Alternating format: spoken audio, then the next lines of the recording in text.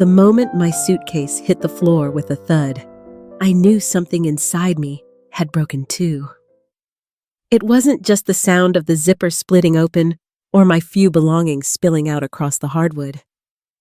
It was the look in Noah's eyes, my son, the boy I'd raised for 30 years, as he stood over me, his face red with anger. "If you can't bring in money anymore, don't expect to stay here," he shouted, kicking the suitcase again for good measure. His voice echoed through the house I'd worked my bones to the marrow to buy for him. 30 years of sweat, tears, and every dime I'd ever earned, all poured into him, and this was where it got me. Standing in the doorway, trembling, with a question burning in my chest. After everything I'd given, how could my own son throw me out like yesterday's trash? I didn't say a word right then. I couldn't. My throat was too tight, my heart too heavy. I just stood there, staring at the life I'd built for him, the life I'd thought would mean something.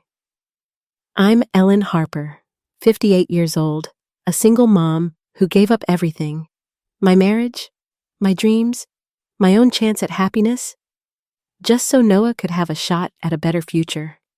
I wasn't always this broken-down woman with gray streaks in her hair and hands rough from decades of scrubbing floors. Once, I had plans. I wanted to open a little flower shop, maybe settle down with someone who'd stick around. But when Noah came into my life, all that changed. He wasn't just my son. He was my purpose.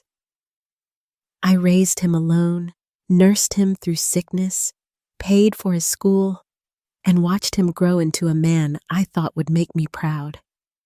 And for what? To be called a burden the second I couldn't write a check? It started earlier that day. I'd just gotten home, my shoulders aching from the bus ride across town. I'd been working as a live-in housekeeper for a woman named Catherine for nearly 20 years, and she'd been more than an employer.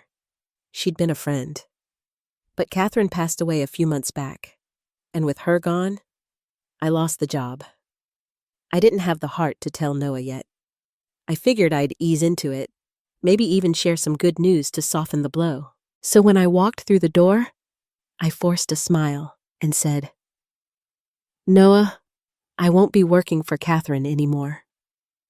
Before I could explain why, his face darkened.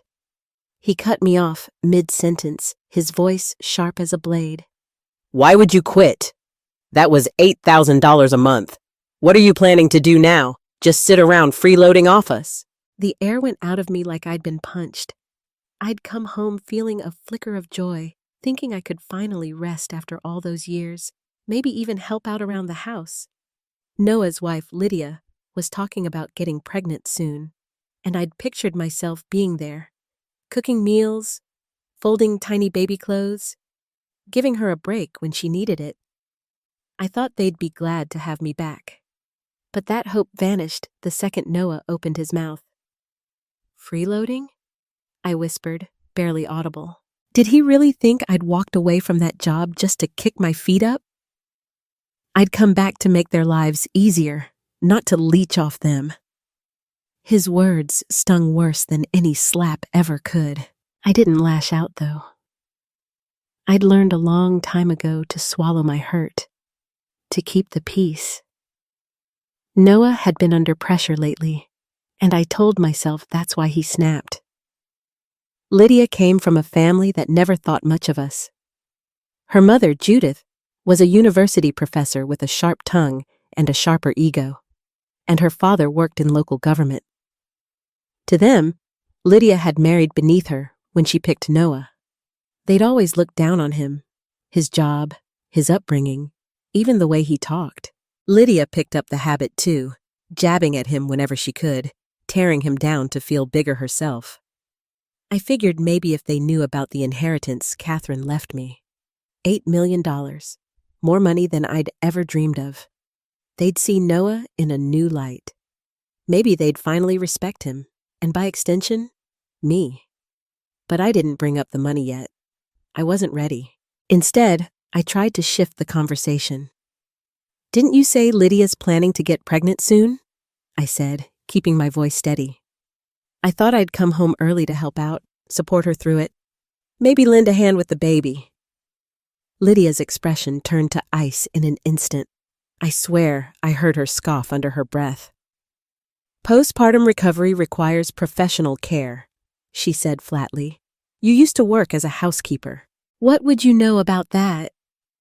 Before I could respond, Judith chimed in, her tone dripping with dismissal. Taking care of a newborn isn't just diapers and bottles, Ellen. It's a science. You need actual training. This isn't something amateurs can handle. The two of them worked together like a tag team, their condescension so smooth it had to be rehearsed. In 2 sentences, they'd written me off as unfit, uneducated, beneath them. I gave a silent, bitter laugh inside my head. Nothing had changed. They still saw me as the help, not family. But I forced a smile, biting back the anger bubbling up. Well, if everything's already arranged, I won't get in the way, I said. I'll leave the baby care to you. Judith rolled her eyes, like that was the only sensible thing I'd said all day. Fine, she replied. But you'll cover the cost of the nanny and the baby nurse. I'll handle the hiring and coordination. That one line stopped me cold. A tight knot twisted in my chest. They didn't want me here to rest or help. They wanted my paycheck. Noah jumped in right on cue, picking up where Judith left off. Exactly, Mom. You never should have quit that job. Our expenses are about to double soon. You really ought to keep working. That's when it hit me, clear as a bell ringing through fog. I wasn't their mother or their mother-in-law. I was a laborer, a walking ATM, nothing more. My face hardened, and I straightened up. I'm 58, I said, my voice firm. I think it's time for me to rest and retire. Lydia let out a sharp, bitter laugh. Retire? You don't even have a pension. What retirement are you talking about? Her words nearly knocked the wind out of me. I'd wanted to pay into a retirement plan years ago, but they'd begged me to save the money instead, to help pay off their mortgage early. Now she threw that sacrifice back in my face like it was my failure. Noah stepped in, raising his voice to hush her. Enough, Mom. Lydia's trying to get pregnant. You're just stressing her out. This is when we really need the money, and you should be helping. You're still in great shape. There's no reason you can't keep working another 20 years. Save the retirement talk for when you're 80. Another 20 years. I froze, a hollow sadness washing over me. After every late night I'd spent sewing crafts by lamplight to pay his medical bills, every double shift I'd pulled to keep him in school, every dollar I'd handed over for this house, this was what I meant to them. A cash machine that didn't get to stop until it broke down at 80. I'd moved to another city back when Noah was in college, taken that live-in job with Catherine just so I could save enough to buy them this house. They didn't pay a cent, but the deed was in their names. Back then, with tears in their eyes, they'd promised me, one day, when we're better off, we'll take care of you, Mom. You'll get the life you deserve. Now I saw what they meant by that, a life of endless work until my body gave out. I steadied my voice, pushing back the tears. I said I'm retiring. That's final. No one gets to make that decision for me. Judith must have sensed I meant it, because her tone softened, but it was a fake kind of soft, the kind that hides a knife. Look, it's not that we don't understand. You just have to be realistic. There's no spare room in the house for you. You can't expect to stay here forever, right? But I do have a compromise. I narrowed my eyes. Something about her smile made my stomach twist. I happen to know a wealthy family looking for a live-in assistant, she said. Good pay, room and board included. You've done that kind of work before. Should be an easy transition. Lydia smirked, jumping in. Perfect idea, actually. You could even help ease our financial load. Whatever you earn could go toward household expenses. Win-win, right? My face turned colder by the second. I just quit that life, and here they were, trying to shove me right back into it. I'm not going back into anyone's house to work, I said, my voice like steel. Ever again. Judith's smile vanished, her eyes sharpening. Well, if you're really done working for others, fine, she said, pausing for effect. There's a senior residence nearby. Good facilities, decent meals and lodging. You could apply for a work-based stay, kitchen help, janitorial services, something to earn your keep. Lydia rolled her eyes. Now that's more reasonable. You can't just live in a hotel and expect us to foot the bill. At least in assisted living, you'd be pulling your own weight. Stop expecting us to carry you. Rage simmered in my chest, but I kept my composure. I turned to Noah. You really think it's acceptable to send your own mother off to scrub floors in a retirement home just to eat? His eyes darted away, but he tried to sound rational. Mom, be realistic. You've always said you wanted to be independent.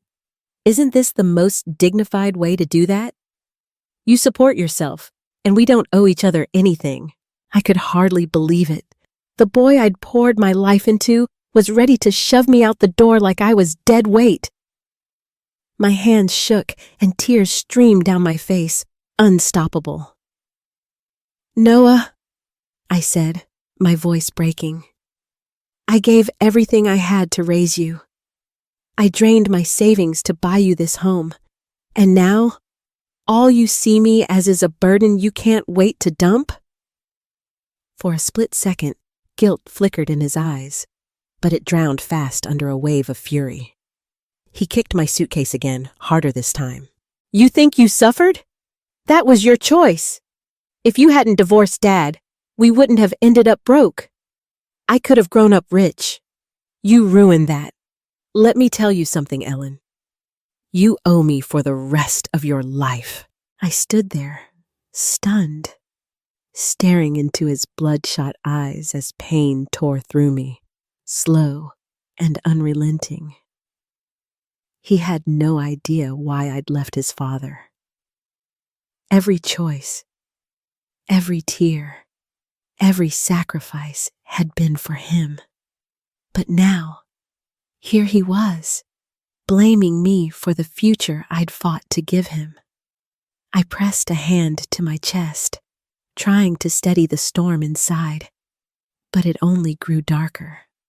They didn't know about the $8 million sitting in my name, legally mine from Catherine's will. And as I looked at Noah, at Lydia, at Judith, I made up my mind. I was done swallowing my pride.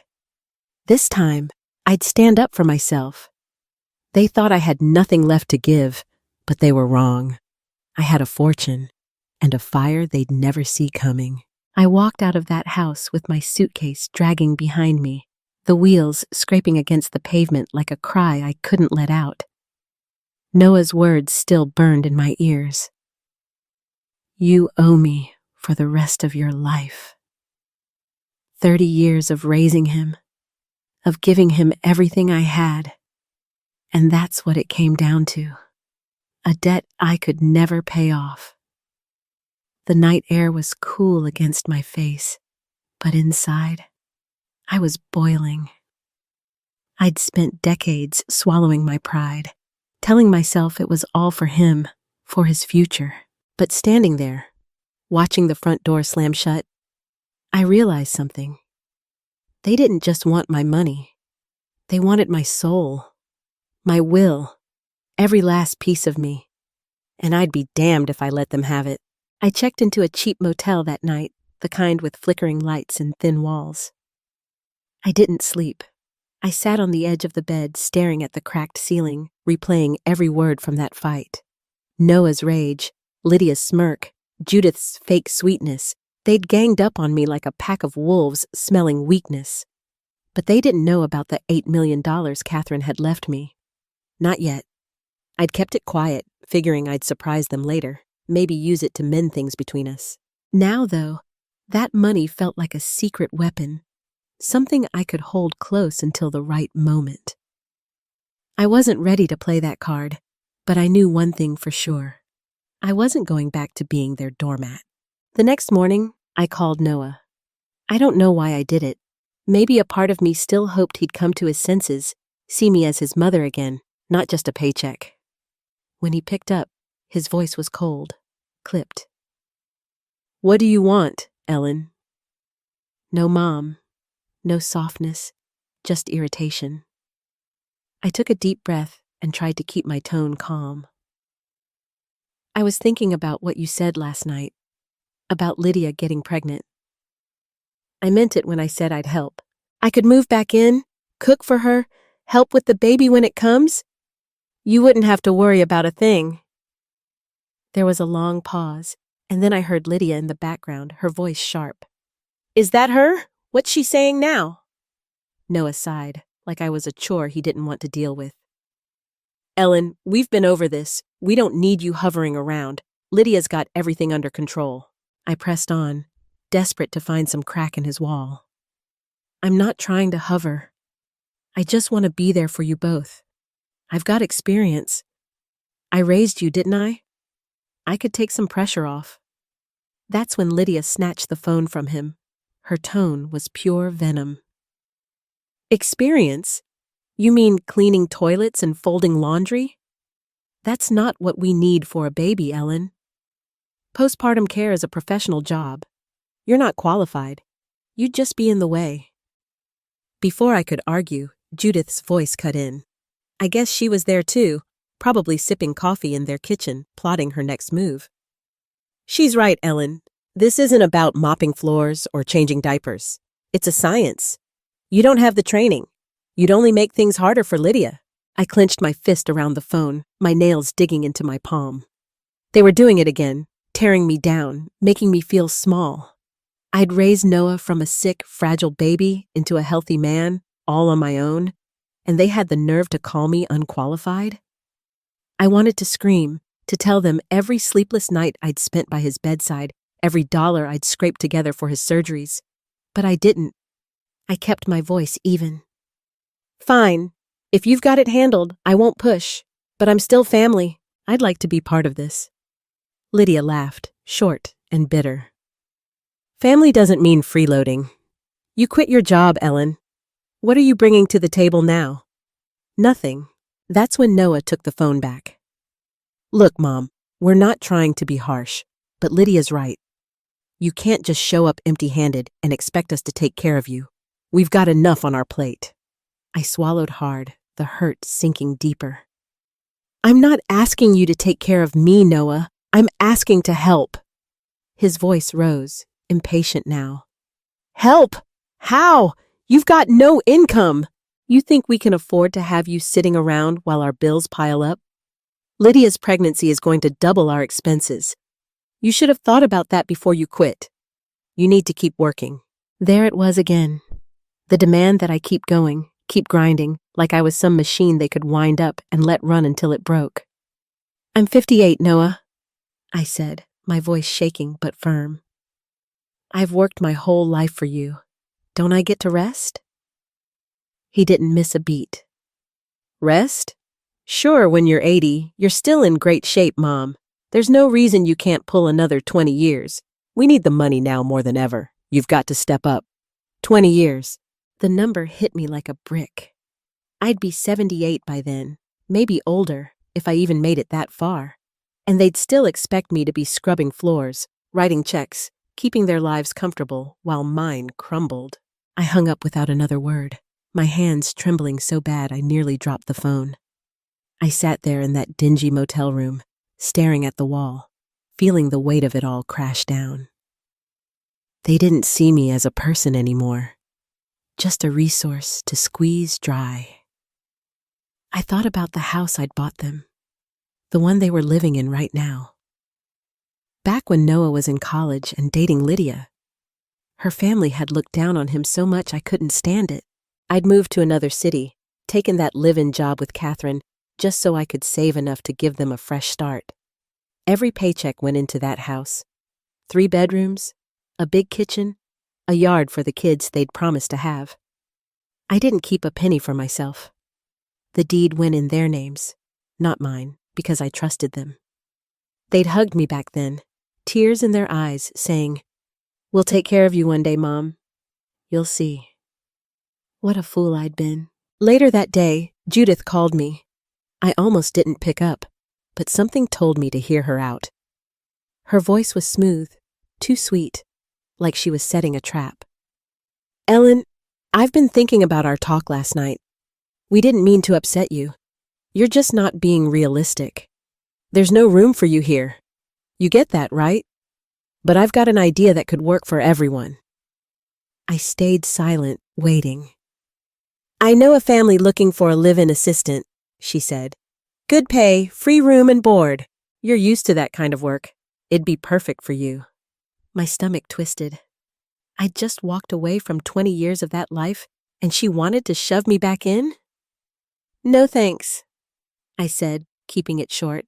"I'm done with that." She didn't let up. "Don't be so quick to say no. You're not someone who needs to rest, Ellen.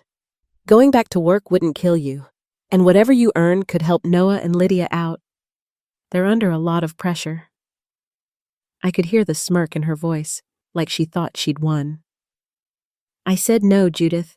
I'm not working for anyone else's family ever again." There was a pause, and when she spoke again, her tone shifted, sharper, colder.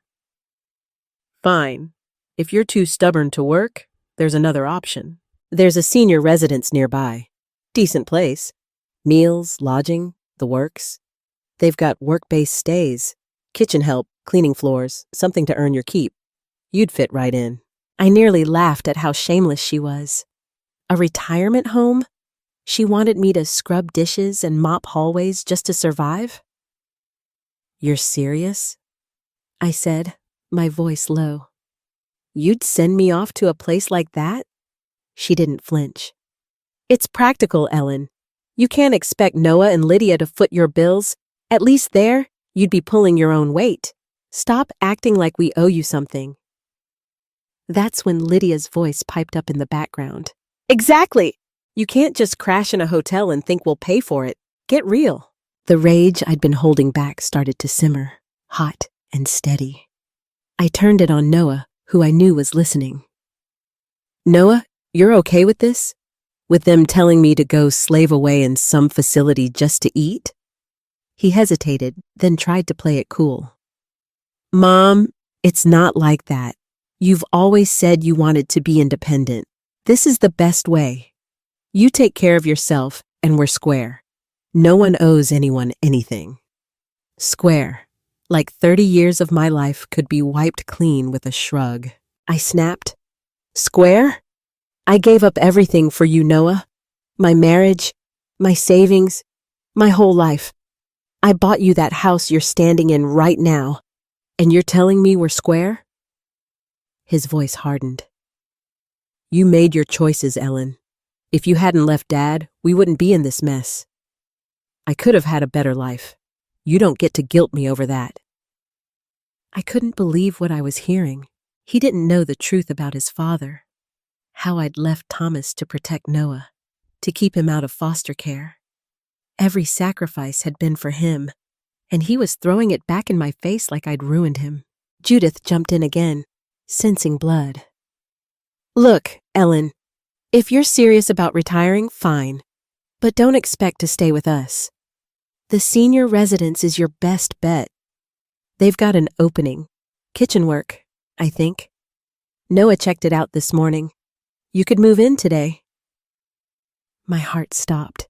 He'd already called them? I pictured him on the phone, plotting to ship me off while I sat in this motel, fighting to hold on to some shred of dignity. Tears stung my eyes, but I blinked them back. "You've got it all figured out, don't you?" I said, my voice trembling with fury. "Pack me off to some home so I'm out of your hair." Noah's tone turned sharp. "Mom, stop being dramatic. It's not a prison. You'd have a place to stay, food on the table. What more do you want? You can't keep leaning on us." "Leaning on them?" I'd carried them for decades, and now I was the burden? I hung up, my chest heaving. That was it.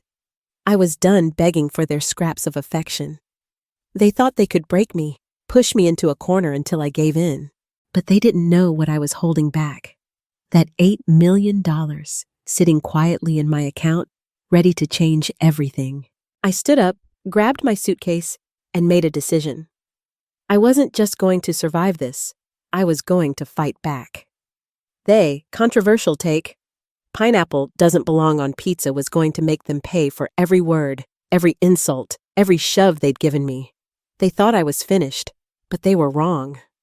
I had a plan, a secret they'd never see coming, and it was going to turn their world upside down. Hey, if you've ever felt like your family took you for granted, I'd love to hear your story in the comments below. Hit that like button and subscribe if you want to see how this all plays out. Trust me, you won't want to miss what's coming next. I left that motel the next morning with my head held high, even if my heart felt like it was sinking through the floor. Noah's voice still echoed in my mind, telling me to scrub floors in some senior home, like that was all I was good for after 30 years of raising him. Judith's smug offer of a live-in job, and Lydia's cold laughter. They'd all made it clear I wasn't welcome unless I had a paycheck to hand over. I'd spent the night wrestling with it, wondering if I'd been wrong to hope for better from them. But as the sun came up, something shifted inside me. I wasn't going to let them grind me down. I had $8 million in my pocket, well, in my bank account anyway, and that was more than enough to start over. They didn't know it yet, but I wasn't the broken-down Ellen they thought they could shove aside. I checked into a nicer hotel downtown, one with soft beds and a view of the city skyline. It wasn't luxury, not yet, but it was a step up, a place where I could breathe and think. Sitting on the edge of the bed, I pulled out my phone and opened the banking app. There it was. $8 million, transferred to me from Catherine's estate, all legal and notarized. She'd been more than my employer. She'd been my lifeline. When I started working for her 20 years ago, I was a mess. Fresh off a divorce, raising Noah alone, barely keeping us afloat. Catherine saw something in me, treated me like family when no one else did. She'd left me everything in her will, no strings attached, because she said I deserved it. I hadn't told a soul about it, not even Noah. I'd planned to surprise him and Lydia, maybe pay off their mortgage or set up a trust for their kid. Now, though, that money felt like my shield, my way out. But as I stared at that number on the screen, another thought crept in, one I'd buried deep for years. Noah wasn't my biological son. I'd never told him that, never wanted him to feel like he didn't belong. But after everything he'd said, everything he'd done, that truth started clawing its way up, demanding to be seen. I set the phone down and leaned back against the headboard, closing my eyes. The memory came rushing back, sharp and vivid, like it was yesterday. I was 28, volunteering at the city's child welfare center when I first saw him. He was just a year old, tiny and frail, his lips tinged blue from a heart defect that should have killed him. The director told me his birth parents had left him in a dumpster, barely alive, until some stranger heard his cries and brought him in. I don't know why I stopped at his crib that day. Maybe it was the way his little eyes, full of fear and longing, locked onto mine. Or maybe it was because I'd lost my own mom young, and seeing a child suffer hit me somewhere raw. I went home that night and talked to Thomas, my husband then. We weren't rich, but we were steady, until Noah came along. We adopted him, crossed the country looking for doctors, specialists, anyone who could save him. Those first years were hell. I'd sit by his hospital bed, holding his tiny hand, praying he'd make it through the night. Thomas stuck it out for a while, but 2 years in, he changed. He said he was tired of raising someone else's kid, that he wanted a child of his own. He gave me an ultimatum: send Noah back to the orphanage or leave him and raise Noah alone. I didn't even blink. I chose Noah.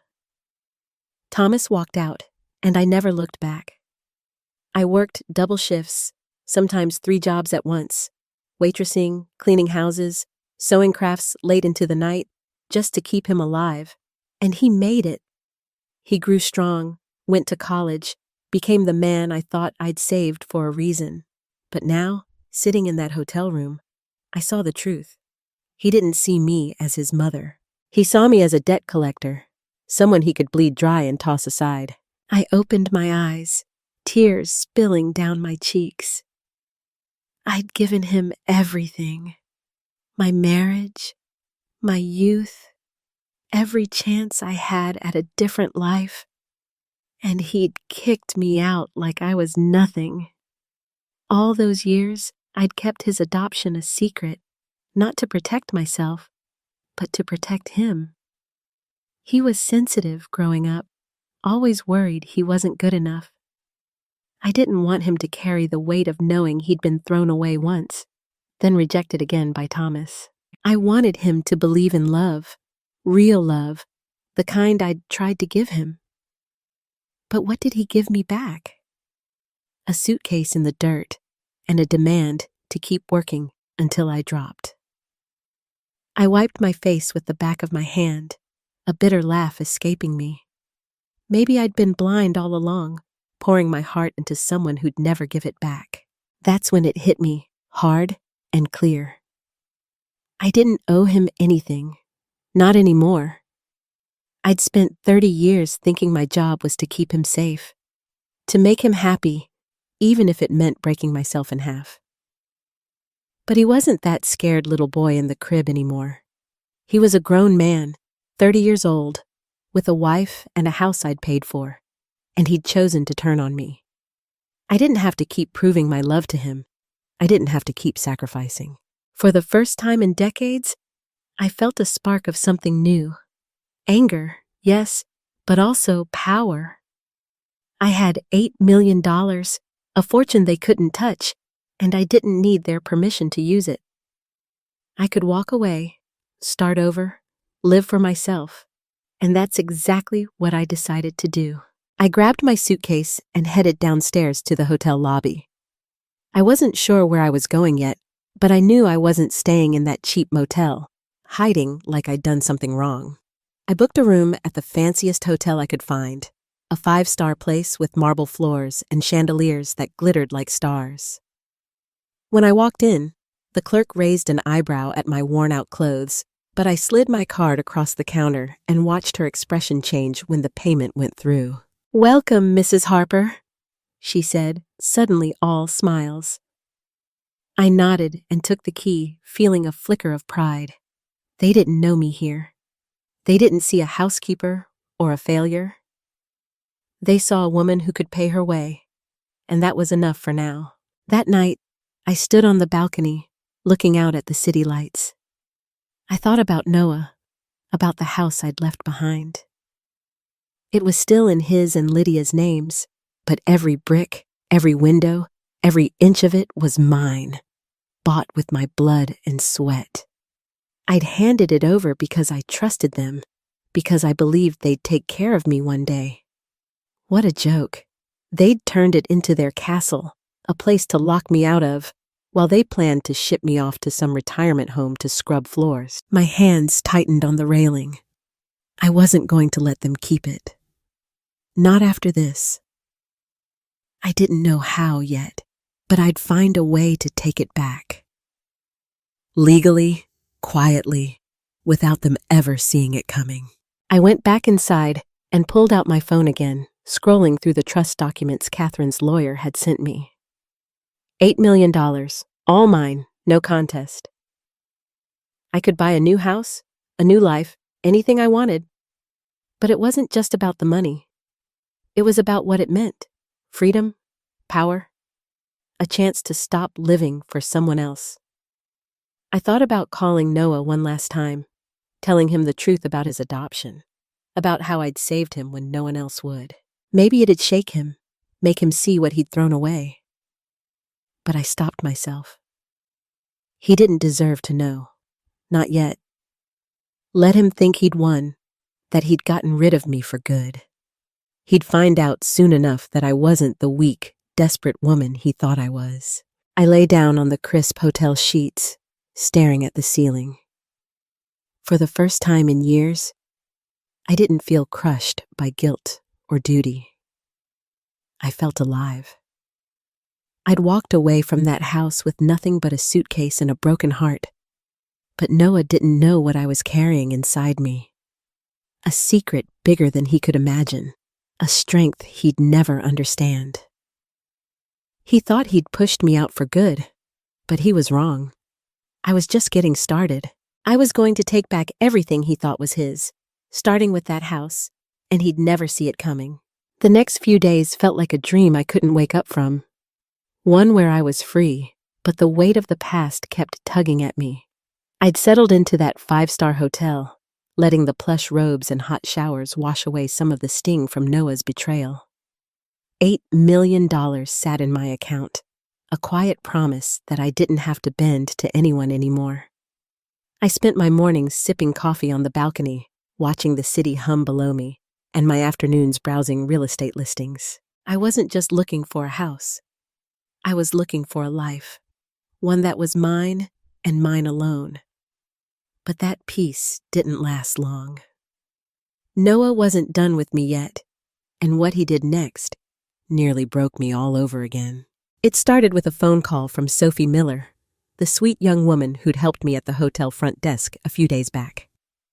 I'd tipped her generously, and she'd thanked me with a shy smile that reminded me of the kindness I'd almost forgotten existed. When her name popped up on my screen, I figured she was just checking in.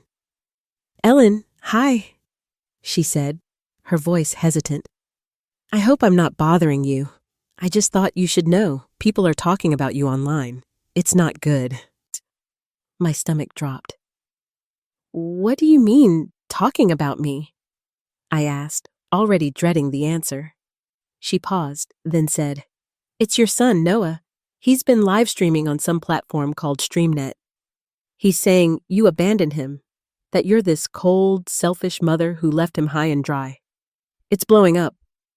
I didn't want you to find out from someone else." I thanked her, my voice barely steady, and hung up. My hands shook as I opened my laptop and searched for Noah's channel. There it was, bold as brass. How my mother abandoned me. The thumbnail showed him sitting in the living room of the house I'd bought, his face twisted in fake sorrow, a tissue crumpled in his hand. I clicked play, and his voice filled the room, whining and pitiful. "My mom never really loved me," he said, looking straight into the camera. "I worked hard, studied hard, and she wouldn't even support me in the smallest ways.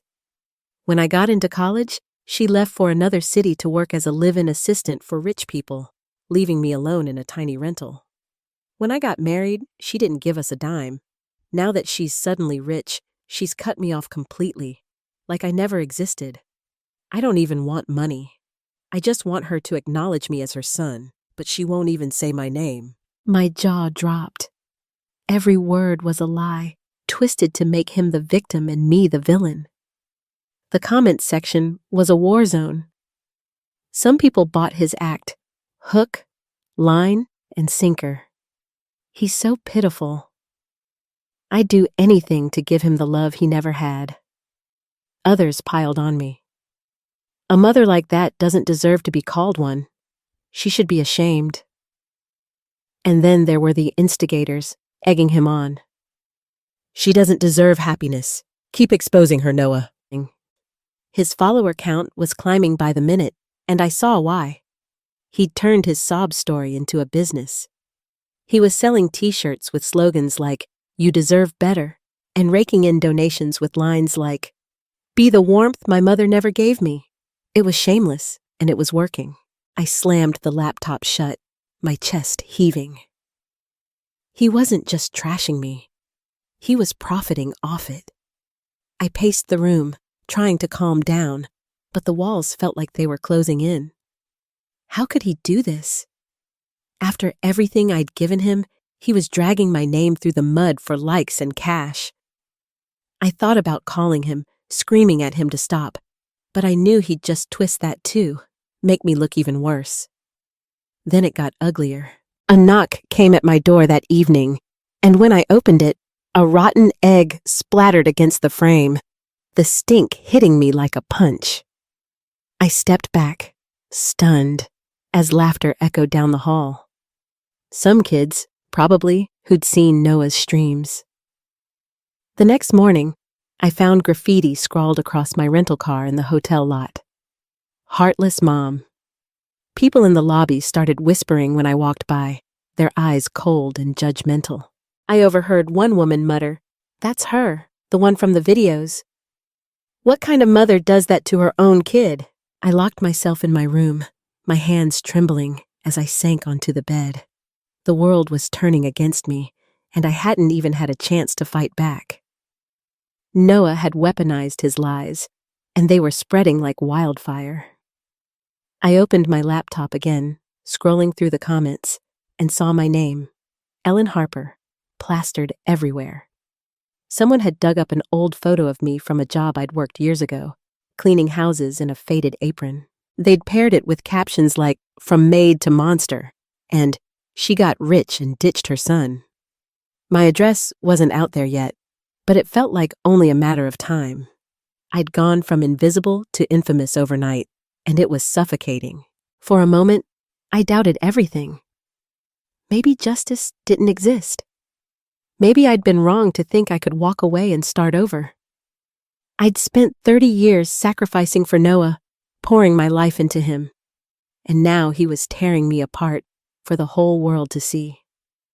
I pulled out an old photo from my suitcase, one of him as a toddler, smiling up at me from his hospital bed after his heart surgery.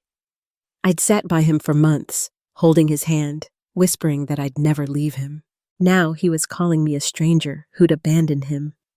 Tears streamed down my face as I traced his little face with my finger. Was it all for nothing? I whispered to the empty room. Did I waste my life on someone who'd do this to me? That was my lowest point, sitting there in that hotel room, feeling like the ground had dropped out from under me. I thought about giving up, letting him have his victory, disappearing somewhere quiet where no one knew my name. But then my phone buzzed. A text from Sophie. "Ellen, I just saw the latest stream. Don't let him win. You're stronger than this." I stared at her words, something clicking inside me. She was right. I wasn't the weak, broken woman Noah wanted the world to see. I'd survived worse than this, raising him alone, losing my marriage, working my hands raw to keep us going. I wasn't going to let him bury me now. I wiped my tears and stood up, my mind racing. Noah thought he could control the story, turn me into a villain for his pity party. But I had the truth on my side, and I had $8 million to back it up. I wasn't just going to defend myself. I was going to fight back, smarter and harder than he could imagine. I grabbed my laptop and signed up for my own StreamNet account. If he wanted a war, I'd give him one. I titled my channel, "So This is the Mom Who Abandoned Noah," and started planning my first live stream. I'd use some of that money to draw a crowd, maybe give away $100,000 in cash prizes to get people listening. Then I'd tell my side, show the world who he really was. But it wasn't just about clearing my name. It was about taking back what was mine. That house, the one I'd bought with every penny I'd earned, was still in Noah and Lydia's names, but I'd paid for it. Every nail, every shingle, every blade of grass in that yard was mine, and they'd turned it into a stage for their lies. I picked up the phone and called Catherine's lawyer, a sharp guy named Daniel who'd handled the trust.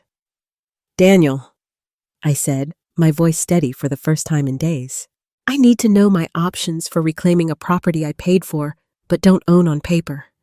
Can we do it quietly?" He paused, then said, "It'll take some work, Ellen, but it's possible." We'll need proof of payment, bank records, anything tying you to it. I'll start digging." I thanked him and hung up, a fire lighting in my chest. I wasn't just going to clear my name. I was going to take back that house, brick by brick, and make them pay for every lie they'd told. Noah thought he'd crushed me, but he'd underestimated me. I'd been planning in the shadows, gathering my strength, and now I was ready to strike. They wanted to play this game in front of the world? Fine. I'd show them what happens when you push a mother too far. I wasn't just fighting for justice, I was fighting for the life they'd tried to steal from me, and I wasn't going to stop until they lost everything they valued most. I sat in that hotel room, staring at the laptop screen, my finger hovering over the Go Live button.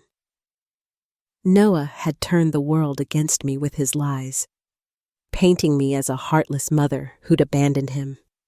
Eggs on my door, graffiti on my car, whispers in the lobby. It had all pushed me to the edge, but I wasn't broken anymore. Sophie's text had lit a spark in me, and Daniel's promise to help me reclaim the house had fanned it into a flame. I had $8 million, a truth they couldn't twist, and a plan to take back everything they'd stolen. I pressed the button, and the screen lit up. "Hello, everyone," I said, my voice steady. "I'm Ellen Harper, the so-called heartless mom Noah's been crying about. Stick around. I've got a story to tell and $100,000 in cash prizes for the first folks who join me." The chat exploded as viewers flooded in, drawn by the money, but staying for the drama.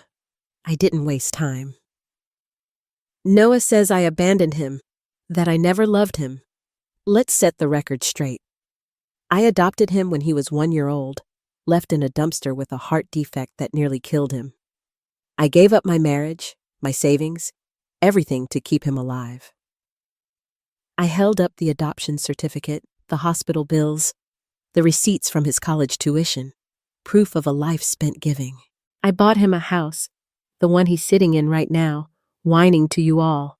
And when I lost my job and came home to rest, he kicked me out, called me a burden. Him, Lydia, and her mother Judith, they wanted me to keep working, to funnel money into their lives while they treated me like dirt. The comments rolled in fast. "This is unreal. He's living in her house and kicked her out? She saved his life and he does this?" I kept going, my voice rising. I inherited $8 million from my late employer, a woman who treated me like family. I planned to share it with Noah and Lydia, but they threw me away first. So I cut them off, not because I'm cold, but because I'm done being their bank. I played the audio Daniel had dug up, Noah on the phone, trying to pawn me off as a live-in assistant for some rich stranger, his voice dripping with greed. The chat erupted. "He's a leech. That's not a son, that's a scam. Good for you, Ellen." I leaned closer to the camera, a small smile breaking through. Noah's not my biological son, but I loved him like he was. I didn't tell him he was adopted because I didn't want him to feel unwanted. Turns out, he didn't need to know to treat me like trash. So here's the truth. I'm not the villain here. He is. I uploaded the trust documents showing the $8 million in my name and the deed history tying me to the house. This is my story. You decide who's right. The stream hit thousands of viewers in hours, and Noah's channel started bleeding followers. People flooded his comments with outrage. "You're a liar, Noah. She gave you everything, and you spat in her face." His t-shirt sales tanked, his donations dried up. I'd turned his game against him, and it felt good. But I wasn't done. Daniel called the next day, his voice calm but firm. "Ellen, we've got enough. Bank statements, payment records, witness statements from Catherine's estate. We can file to reclaim the house. It'll take time, but it's solid." I told him to go for it, and we did. Weeks later, I stood in a courtroom, watching Noah and Lydia squirm as the judge ruled in my favor. The house was mine again, legally, undeniably. Noah tried one last stunt, sending me a massive bouquet of flowers with a card that read, "Wishing you a lovely weekend, love, your son Noah." I laughed, cold and sharp, then tossed it in the kitchen trash. I snapped a photo, crushed petals, bent stems, crumpled card, and sent it to the hotel concierge with a note. "Refuse anything from this person. Forward him this picture." I wanted him to feel the rejection he'd dealt me right in his gut. The fallout was swift. Lydia filed for divorce a month later, walking out of the lawyer's office without a word to Noah. Judith called me once, her voice shaking with rage. "You ruined my daughter's life, Ellen! How do you sleep at night?" I cut her off. "I sleep just fine, Judith. You three pushed me out of my own house. You don't get to cry now." I hung up and blocked her number, along with Noah's and every Brooks family contact I had. They were gone from my life, and I was finally free. I sold the house not long after, along with the 2 villas I'd bought in a fit of fury during that dark time. The market was up, and I walked away with a tidy profit, enough to start over anywhere I wanted. I found a quiet lakeside town an hour west of the city, a place with sunlight that danced on the water and air that smelled like pine. It wasn't the fanciest spot, but it was perfect. My new home had big windows, a garden where I planted wisteria and roses, and a kitchen that always smelled like dark roast coffee. I set up an easel under the trees, painting on lazy afternoons, letting the colors spill out the way I never could before. No one called me Mom to demand money. No one accused me of being cold. For the first time, I belonged to myself. Years later, I heard through an old friend that Noah had run off to Canada. She said he was always online, bragging about his free life, but the videos told a different story. He looked rough, disheveled, hunched by a trash bin, gnawing on moldy bread with wild eyes. Sometimes he'd smile like a madman. Other times, he'd sob until his whole body shook. He'd lost it, broken by his own choices. I didn't feel triumph or pity, just a quiet nothing. He'd built his castle on lies, and when it fell, it took him with it. Lydia remarried, Judith faded into her academic bubble, and I never heard from them again. They'd gambled on me being weak, and they'd lost everything. Sometimes people ask me if I regret adopting Noah. I used to sit with that question, turning it over like a stone in my hand. But now, I just smile and shake my head. No, I say, I don't regret it. I regret not seeing sooner that kindness shouldn't cost me my life. Learning to protect myself was the best lesson I ever got, and it came just in time. I'm not perfect, never was. I'm no saint, no martyr. But I'm something better now, a woman who finally lives for herself. And at 58, that's not too late at all.